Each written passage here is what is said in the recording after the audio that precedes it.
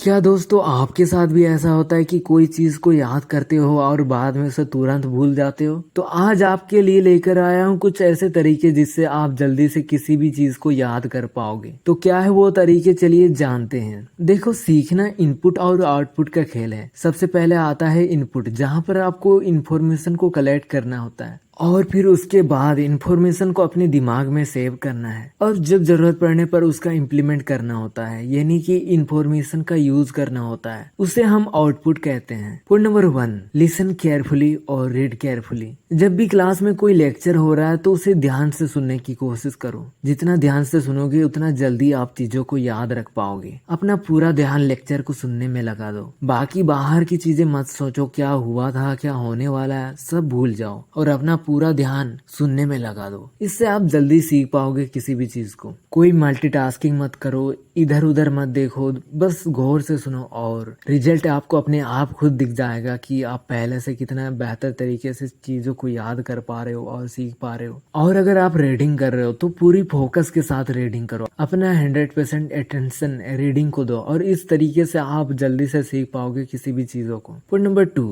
Associate with others. दूसरा तरीका है चीजों को जल्दी सीखने का और वो है दूसरी चीजों के साथ जोड़ना। यानी कि अगर आपको भारत के राज्यों के नाम याद करना है तो कुछ तो आप आसानी से याद कर लोगे, पर कुछ ऐसे राज्यों के नाम होंगे जो आपको याद नहीं होगा। बार बार कोशिश करोगे तब भी नहीं होगा, तो उसे किसी अन्य शब्दों से जोड़ दो। जैसे केरल को करेला के साथ, गुजरात को गुजरा हुआ रात से कनेक्ट कर दो। ऐसे में ये थोड़ा फनी लग रहा है, पर अच्छा तरीका है किसी मुश्किल शब्द को याद करना। इससे आपको जल्दी याद भी आ जाएगा और आप कभी भूलोगे भी नहीं। Point number 3, break it down into small chunks. देखो, हमारा दिमाग जो है ना वो बहुत ज्यादा आलसी है। जब हमें बताया जाता है कि हमें एक साथ कई सारे नंबर्स याद करने हैं या बहुत ज्यादा इंफॉर्मेशन को याद करना है, तो तब हमारा दिमाग भागने लग जाता है कि ये हमसे नहीं होगा, ये मैं नहीं कर पाऊंगा। जब उन संख्याओं को हम थोड़ा थोड़ा करके याद करें और जब हमें याद करने के लिए पर्याप्त समय दी जाए तो इजीली हम किसी भी चीज को याद कर सकते हैं, किसी भी इंफॉर्मेशन को याद रख सकते हैं। इसीलिए जब भी कुछ ऐसा याद करना है जो ज्यादा है और बहुत ही ज्यादा मुश्किल है तो उसे छोटे छोटे हिस्सों में बांट दो। इससे याद करने में आसानी होगी। और शुरुआत में ऐसा हो सकता है कि थोड़ा याद करने में टाइम लगे, पर आप इसमें धीरे धीरे बेहतर होते जाएंगे। मान लो अगर आपको किसी का फोन नंबर याद करना है तो आप कैसे याद करोगे?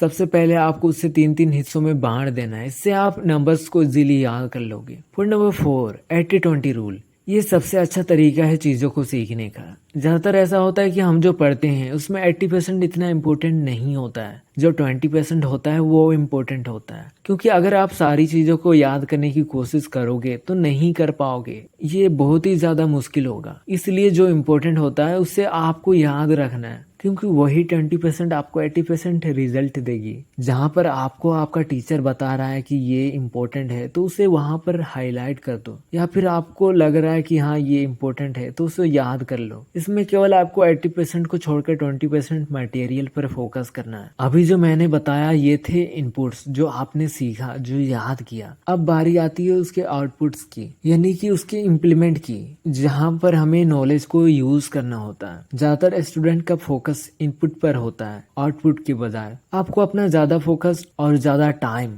आउटपुट पर देना है। Point number 1, do more recall practice. कई बार ऐसा होता है ना कि आप पढ़ाई तो कर लेते हो पर जैसे ही परीक्षा में बैठते हो आप सब भूल जाते हो, क्योंकि आपने उसे दोबारा रिकॉल प्रैक्टिस नहीं की। रिकॉल का मतलब होता है चीजों को दोबारा याद करना। जब भी क्लास में लेक्चर हो तो उससे आपको सबसे पहले क्या करना है? सबसे पहले आपको उसे ध्यान से सुनना है और जब लेक्चर खत्म हो जाए तो उसे दोबारा याद करना है कि अभी सर ने क्या क्या बताया। उसे अपने दिमाग में सोचना है, उसे दोबारा से रिकॉल करना है। आप चाहे तो उसे कॉपी पर भी लिख सकते हैं। आपको ऐसा हर दिन प्रैक्टिस करना है, फिर आपका दिमाग धीरे धीरे ट्रेन होता जाएगा। यही एक तरीका है अपने दिमाग को फास्टर बनाने का। Point number 2, teach someone. दूसरा है किसी को समझाओ जो आपने सीखा है। ऐसा करने से आपको खुद पता चलेगा कि आप कितना जानते हो और आपको कितना सीखना है। तो ये थी आज की वीडियो। आई होप दोस्तों ये वीडियो आपको इंफॉर्मेटिव लगी होगी। मिलते हैं नेक्स्ट वीडियो में, तब तक के लिए बाय बाय।